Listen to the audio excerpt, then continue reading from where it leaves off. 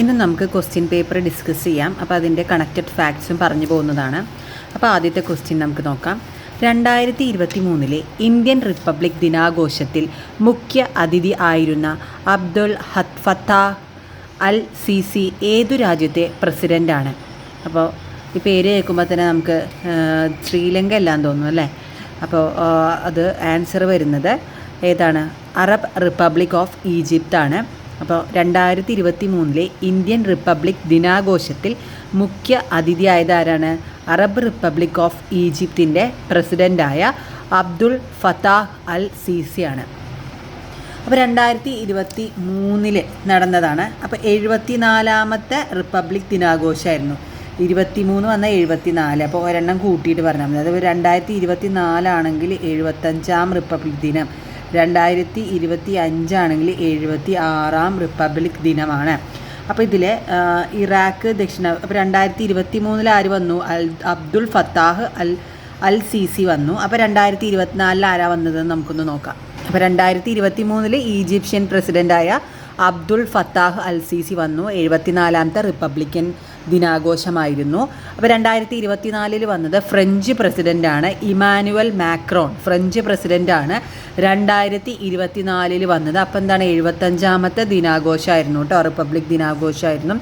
2025 വന്നത് Indonesian പ്രസിഡൻ്റായ Prabowo സുബിയന്തോ ആണ്. അപ്പോൾ ഇതിൽ ഇന്തോ എന്ന് പറയുമ്പോൾ ഇവിടെ എന്തോ എന്ന് പറയുന്നത്. അപ്പോൾ നമുക്ക് കിട്ടും അല്ലേ? ഇന്തോനേഷ്യൻ പ്രസിഡന്റ് പ്രബോവോ സുബിയന്തോ 76ാമത്തെ റിപ്പബ്ലിക് ദിനാഘോഷത്തിന് വന്ന മുഖ്യ അതിഥിയായിരുന്നു. ആര്? പ്രബോവോ സുബിയന്തോ. അപ്പോൾ ഇതാണ് നമുക്ക് കണക്റ്റഡ് ആയിട്ട് പഠിക്കേണ്ട കാര്യം. അപ്പോൾ ആദ്യത്തെ ക്വസ്റ്റ്യൻ കഴിഞ്ഞു. ഇനി അടുത്തത്, സ്നേഹ സാന്ത്വനം പദ്ധതി ആർക്കാണ് നൽകി വരുന്നത്? അപ്പോൾ ഓപ്ഷനിൽ സംസ്ഥാനത്തെ എൻഡോസൾഫാൻ ഇരകൾക്കുള്ള പ്രതിമാസ ധനസഹായം, കുഷ്ഠരോഗികൾക്കു നൽകുന്ന പ്രതിമാസ ധനസഹായം, പ്രമേഹ ബാധിതരായ കുട്ടികൾക്ക് നൽകുന്ന ധനസഹായം, സിക്കിൾസ് അനീമിയ രോഗികൾക്ക് നൽകുന്ന ധനസഹായം. അപ്പോൾ സാന്ത്വനം ആർക്കാണ് കൊടുക്കുന്നത്?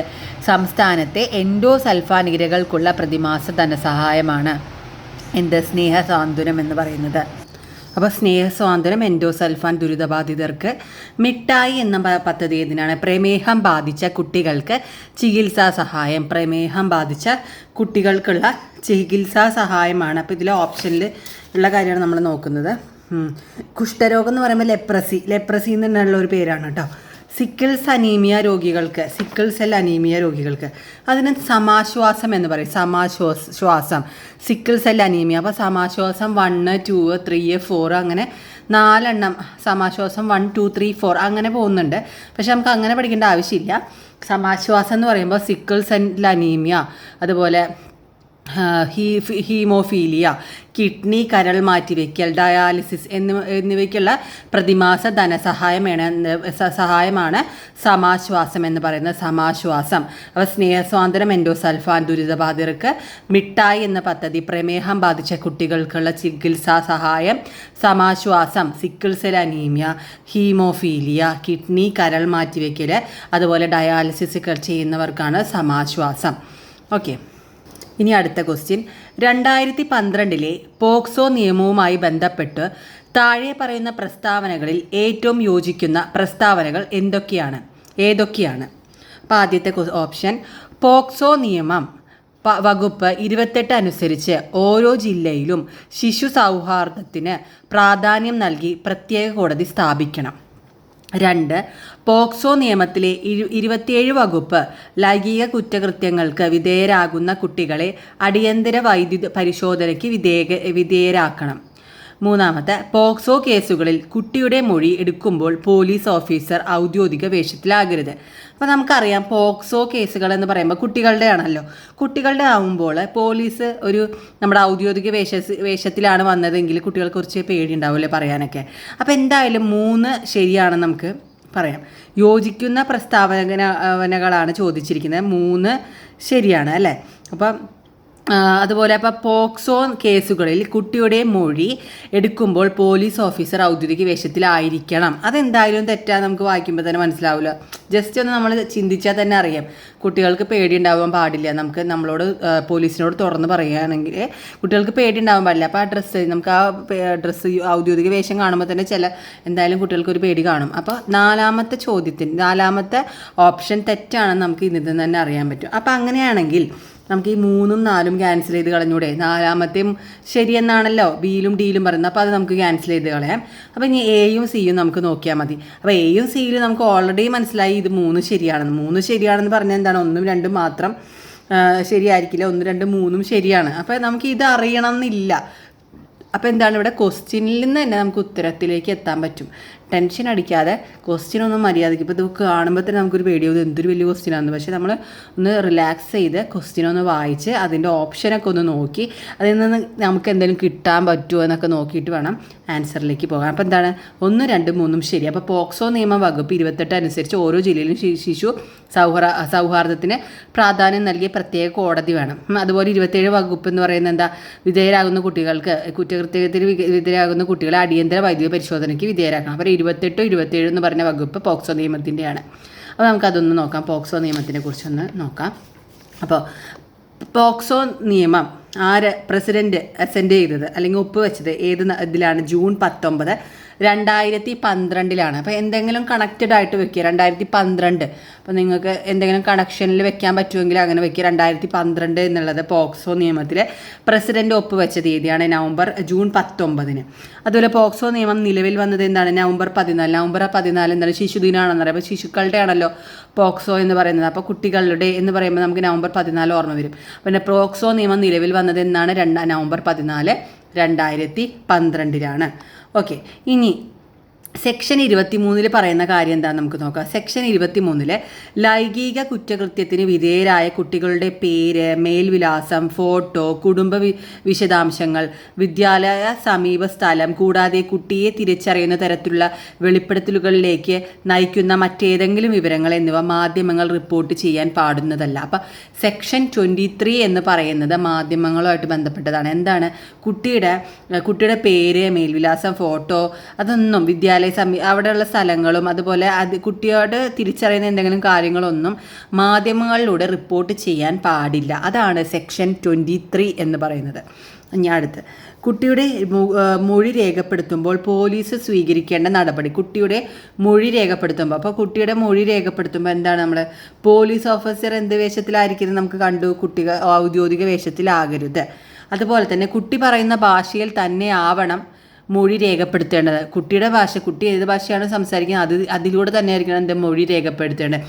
ആവശ്യമുള്ള പക്ഷം പരിഭാഷകരുടെയോ ദ്വിഭാഷകളുടെയോ പോലീസിന് അതിൻ്റെ സഹായം തേടാവുന്നതാണ്. അപ്പോൾ കുട്ടി മൊഴി രേഖപ്പെടുത്തേണ്ടത് അവരുടെ സ്വന്തം ഭാഷയിലായിരിക്കണം. അപ്പോൾ അത് അങ്ങനെ തന്നെ ആയിരിക്കണം റിപ്പോർട്ടിൽ എഴുതേണ്ടത്. കുട്ടിക്ക് നേരിടേണ്ടി വന്ന പീഡനങ്ങൾ വിവരിക്കുമ്പോൾ ആവശ്യമെങ്കിൽ ഇടവേളകൾ അനുവദിക്കാവുന്നതാണ്. ഈ ഒരു ഓപ്ഷൻ കാണുമ്പോൾ നമുക്കിതൊരു ഓപ്ഷനിലായിട്ട് കൊടുത്തിട്ടുണ്ടെങ്കിൽ ഒന്ന് ആലോചിച്ച് നോക്കിയത്. കുട്ടിക്ക് നേരിടേണ്ടി വന്ന പീഡനങ്ങൾ വിവരിക്കുമ്പോൾ ആവശ്യമെങ്കിൽ ഇടവേള അനുവദിക്കാവുന്നതാണ്. നമുക്ക് ചിലപ്പോൾ തോന്നുന്നത് എന്തിനാണ് ഇടവേള, കുട്ടിക്ക് അതുകൊണ്ട് പറഞ്ഞാൽ പോലെ. പക്ഷേ കുട്ടികളാണെന്ന് ചിന്തിക്കണം. അപ്പോൾ നമുക്ക് പേടി വരും, ടെൻഷൻ എല്ലാം വരും എല്ലാ സമയത്ത്. അപ്പോൾ എന്താണ്? ഇടവേളകൾ അനുവദിക്കണം. അപ്പോൾ കുട്ടിക്ക് നേരിടേണ്ടി വന്ന പീഡനങ്ങൾ വിവരിക്കുമ്പോൾ ആവശ്യമെങ്കിൽ ഇടവേളകൾ അനുവദിക്കാവുന്നതാണ്. ഇനി വൈദ്യപരിശോധന ടൈമിലുള്ള കാര്യങ്ങൾ. 2012 വകുപ്പ് 27 പ്രകാരം ലൈംഗിക കുറ്റകൃത്യങ്ങൾക്ക് വിധേയമാകുന്ന കുട്ടികളെ അടിയന്തരമായി വൈദ്യപരിശോധന നടത്തണം. പെട്ടെന്ന് തന്നെ വൈദ്യപരിശോധന നടത്തണം. ഏത് വകുപ്പ് പ്രകാരം? 27 വകുപ്പ് പ്രകാരം. അപ്പം നമ്മൾ മുമ്പേ പറഞ്ഞത് എന്താണ്? മീഡിയയുടെ അത് ഏത് വകുപ്പാണ്? സെക്ഷൻ 23 ആണ്, വകുപ്പ് 23. ഇവിടെ എന്താണ് 27 പറയുന്നത്? പെട്ടെന്ന് തന്നെ അടിയന്തരമായിട്ട് വൈദ്യപരിശോധന നടക്കണം. 27.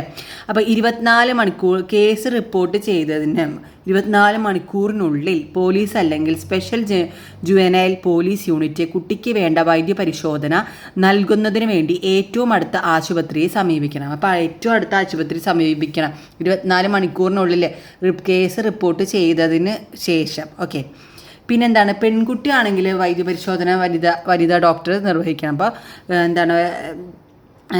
പെൺകുട്ടിയാണെങ്കിൽ വൈദ്യപരിശോധന ആരാണ് നിർവഹിക്കേണ്ടത്?